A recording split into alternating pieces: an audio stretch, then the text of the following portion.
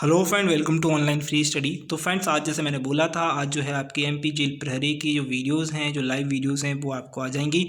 और फ्रेंड देखिए, जैसे कि मैंने बोला था, आपको सुबह 9 बजे फर्स्ट वीडियो मिल चुकी है। आपको उसमें मैंने इंट्रोडक्शन बताया, बाकी आपको जीके जीएस नहीं बताया।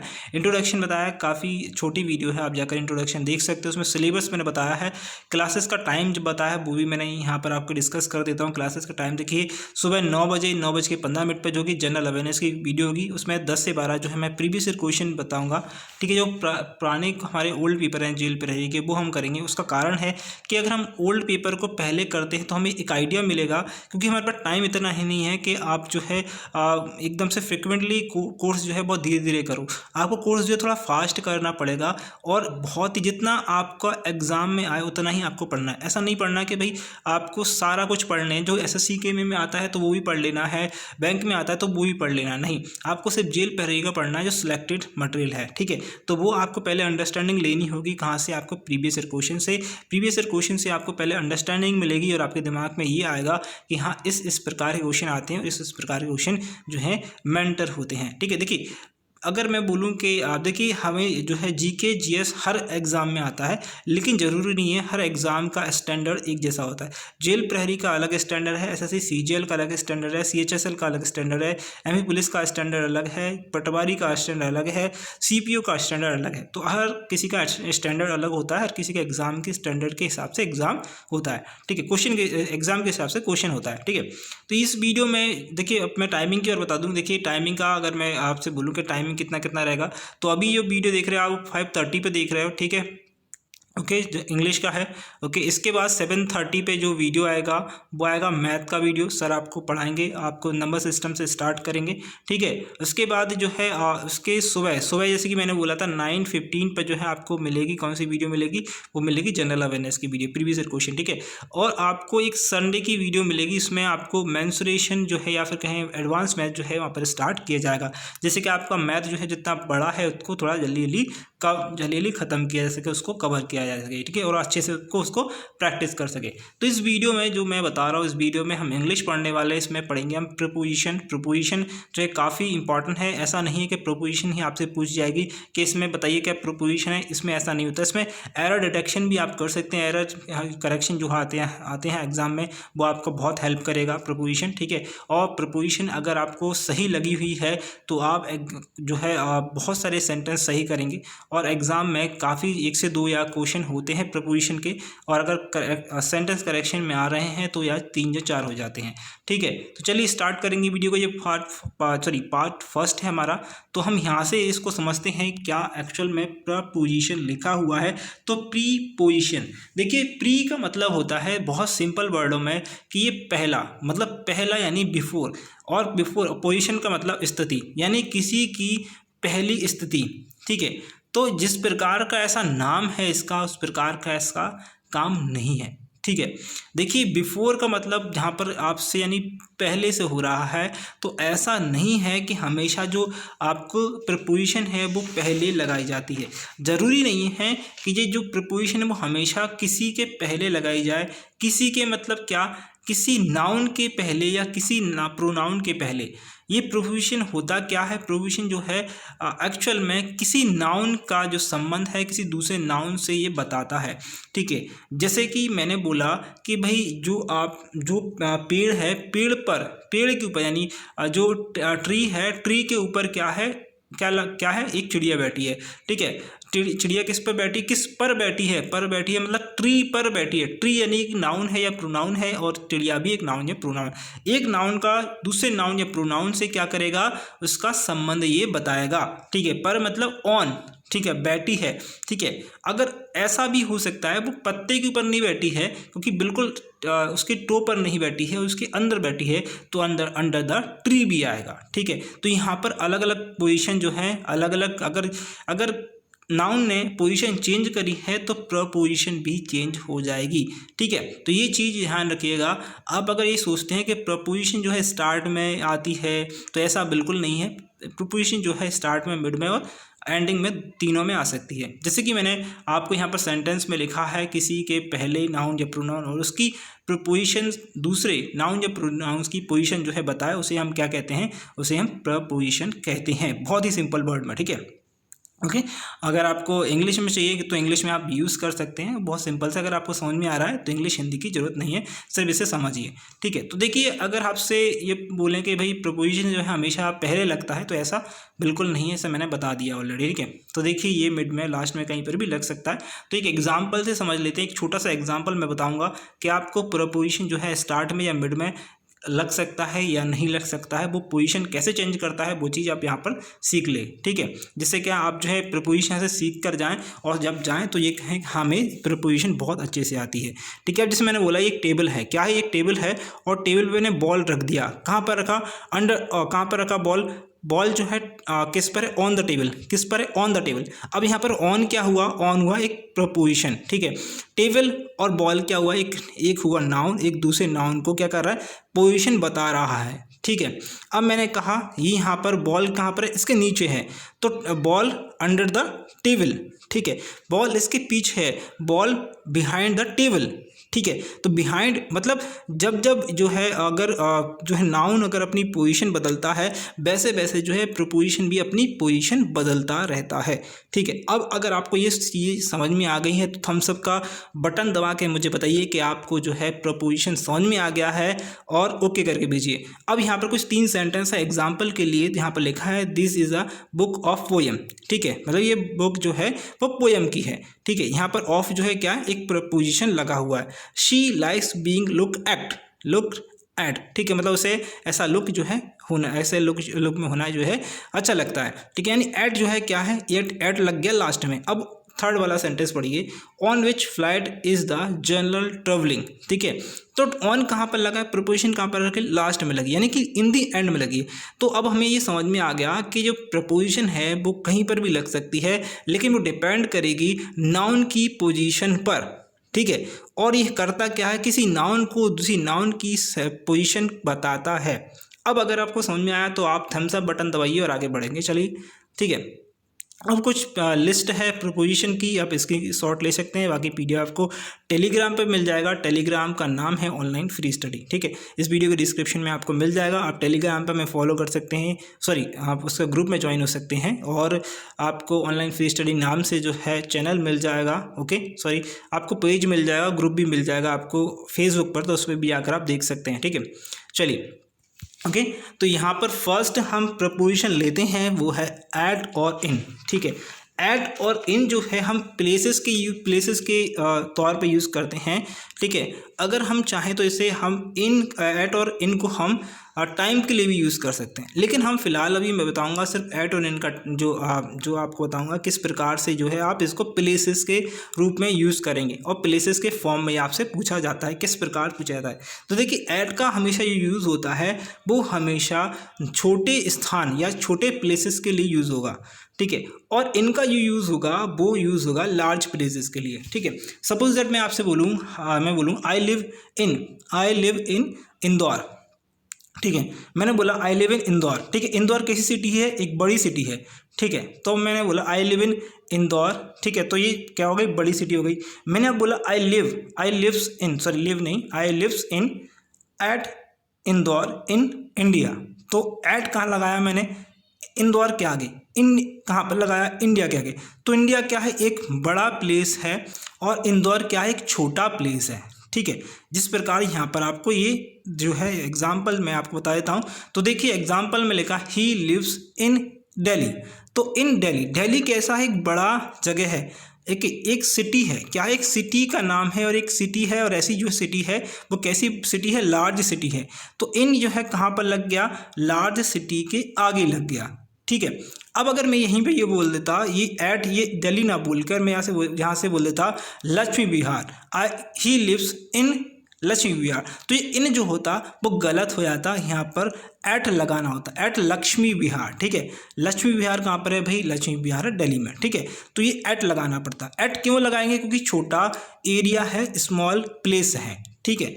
अब अगला जो एग्जाम्पल है वो देखिए, I lives at Indore in India मतलब आई लिव्स, ठीक है, एट इंदौर, एट मतलब जो इंदौर है वो छोटी सिटी है कंपैरिजन टू इंडिया, ठीक है।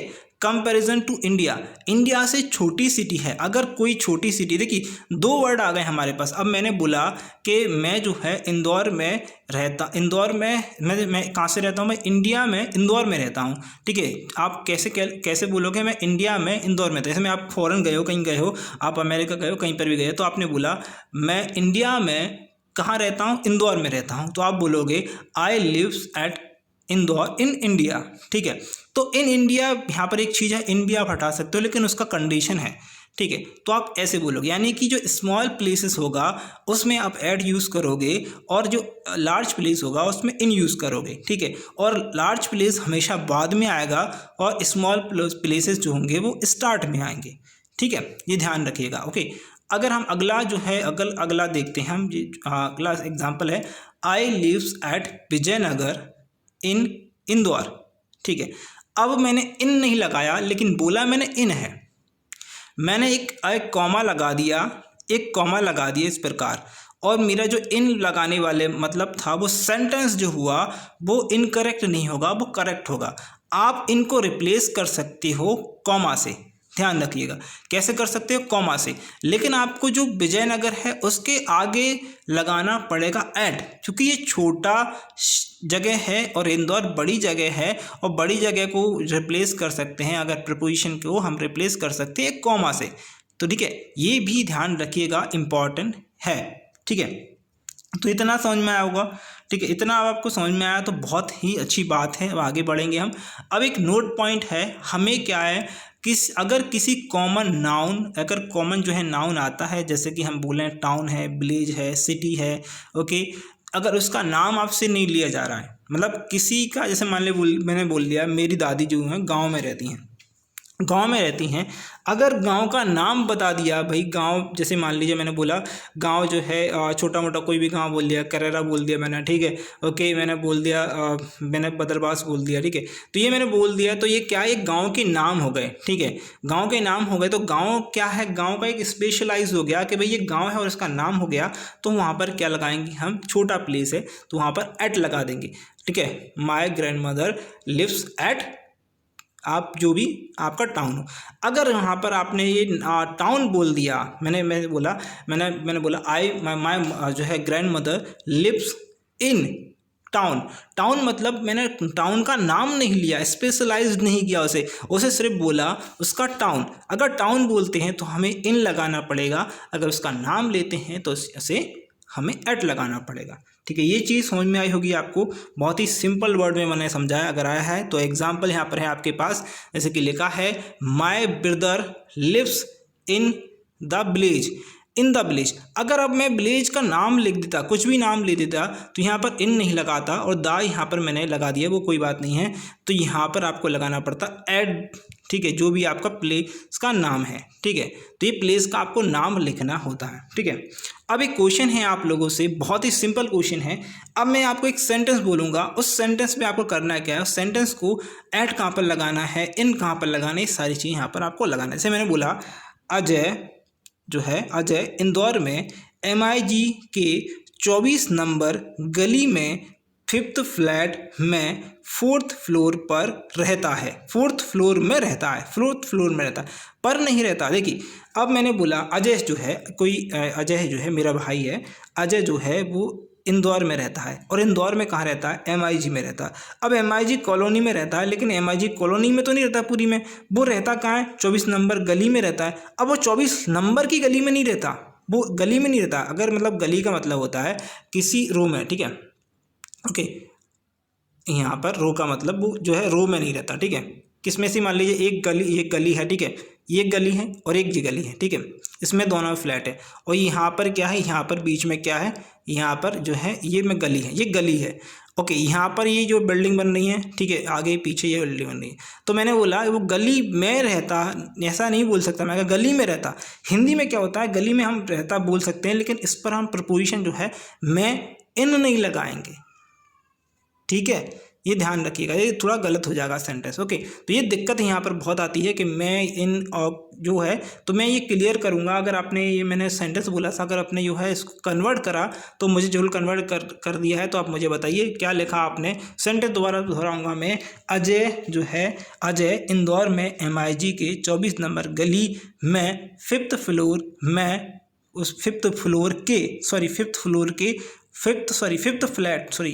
फ्लैट में फोर्थ फ्लोर पर रहता है। फोर्थ फ्लोर में रहता है, ठीक है, मैं रहेगा फोर्थ फ्लोर के अंदर रहेगा, ठीक है।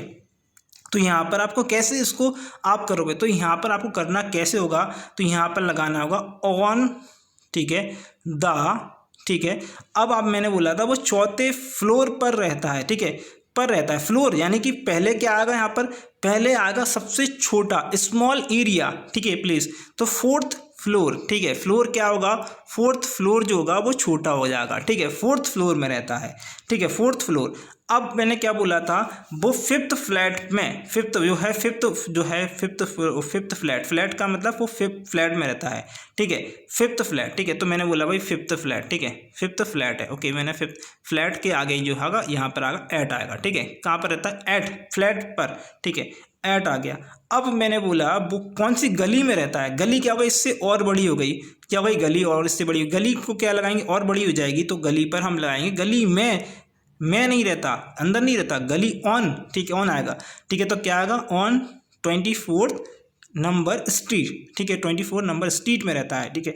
इसके बाद क्या आएगा, इसके बाद भाई इंदौर आएगा, उससे बड़ा क्या होगा, इंदौर आ गया, तो यहाँ पर हम लगाएंगे इन, ठीक है, क्या लगाएंगे, इन, इंदौर, ठीक है। तो इस सेंटेंस बनेगा on the fourth floor at fifth flat on 24 street in Indore, ठीक है, Ajay lives on the fourth floor fifth flat on 24th street in Indore. अगर आपने ये समझ लिया है तो जो है थम्स अप का बटन दबाइए। और देखिए जैसे कि अगर आप एड्रेस कभी भी लिखते हैं तो अपना स्मॉल एरिया लिखेंगे पहले, ठीक है। जैसे मैंने बोला कि मैं इंदिरा कॉलोनी में, ठीक है, मैं जो है इंदिरा कॉलोनी के 283 नंबर वाले जो है किसमें 283 हाउस नंबर, पहले मैं हाउस नंबर लिखूँगा 280 हाउस नंबर, ठीक है, ओके।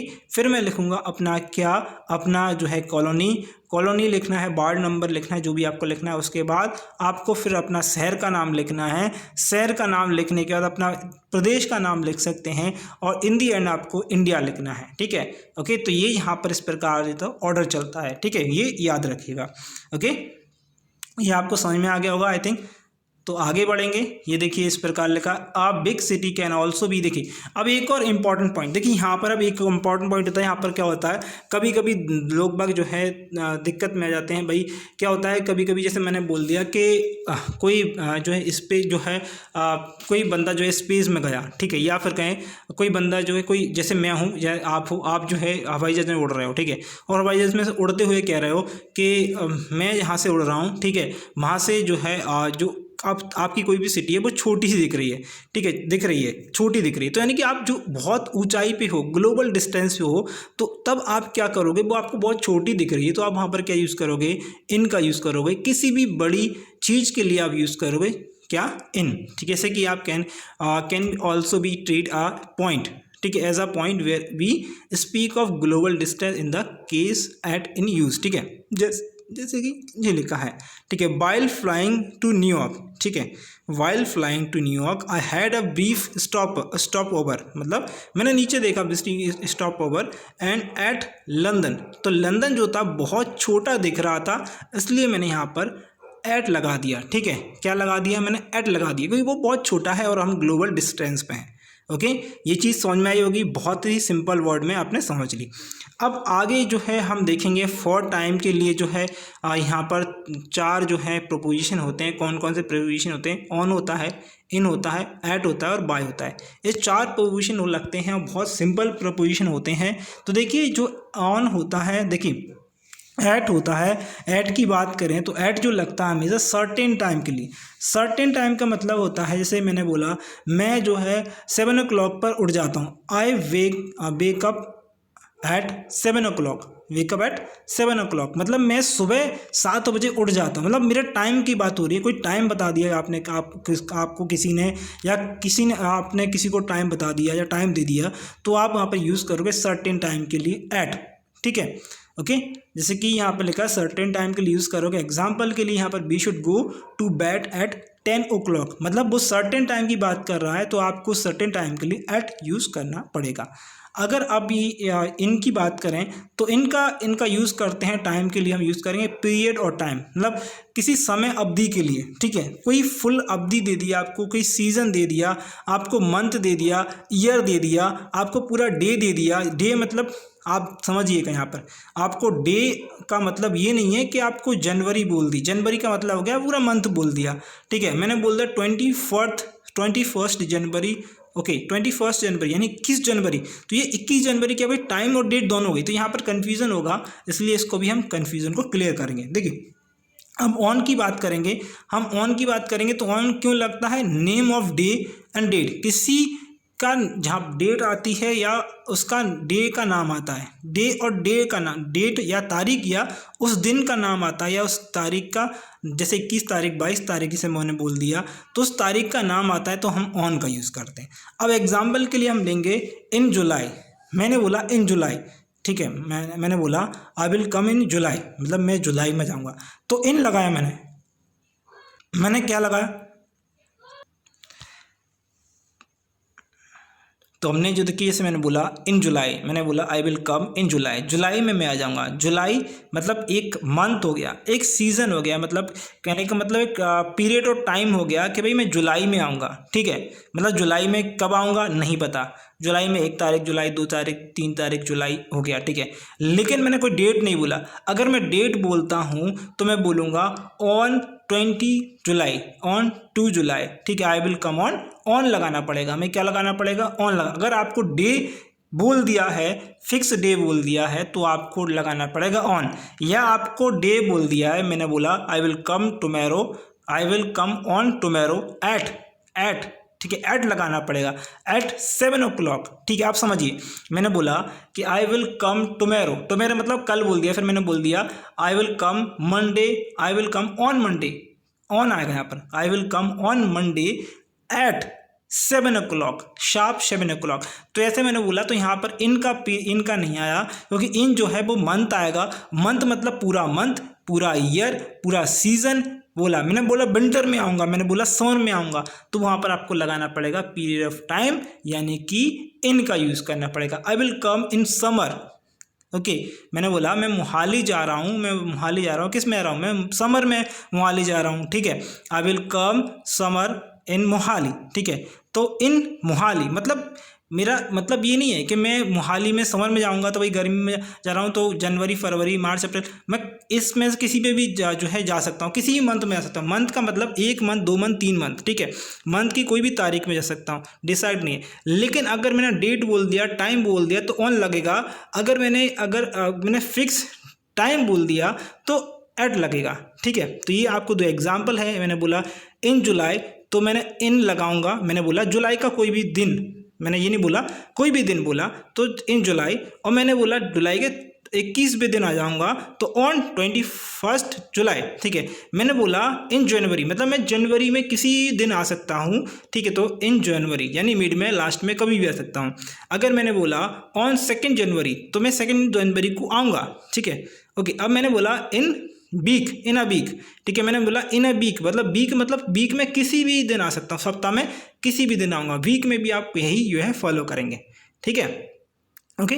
तो आपके लिए आज आई थिंक ये जो सारी क्लास है वो थोड़ा हेल्पफुल रही होगी। फर्स्ट क्लास थी हमारी, थोड़ा सा हो सकता है जब हम जो है फर्स्ट क्लास लेते हैं तो थोड़ी बहुत जो है मिस्टेक्स करते हैं, तो मे बी हो सकता है जो आपको कुछ ऐसा लगा हो कि भाई कोई इम्प्रूवमेंट की ज़रूरत है, तो मुझे ज़रूर बताइएगा। बाकी आपको नोट्स जो है मिलेंगे इसके, जो आपको PDF मिलेगी, ये जो है पूरा ख़त्म हो जाएगा जब प्रिपरेशन इसकी PDF मिल जाएगी, ओके। PDF में थोड़ा सा आपको और भी जो है एलिब्रेशन कर दूंगा मैं, जिसमें कि आपको और भी समझ में आ जाए। और अभी जो अगर लाइव क्लास अगर आपको अच्छी लगी है तो फ्रेंड्स इस वीडियो को शेयर करिए, सब्सक्राइब करिए चैनल को, और अगर आपने लाइक नहीं किया वीडियो को तो लाइक कर शेयर जरूर कर दीजिएगा, जिससे कि आने वाली वीडियोस भी आप देख पाएँ, आपके दोस्त भी देख पाएँ। तो thank you friend watching this video, और बेस्ट ऑफ लक आपके एग्जाम के लिए, आपके रिजल्ट के लिए।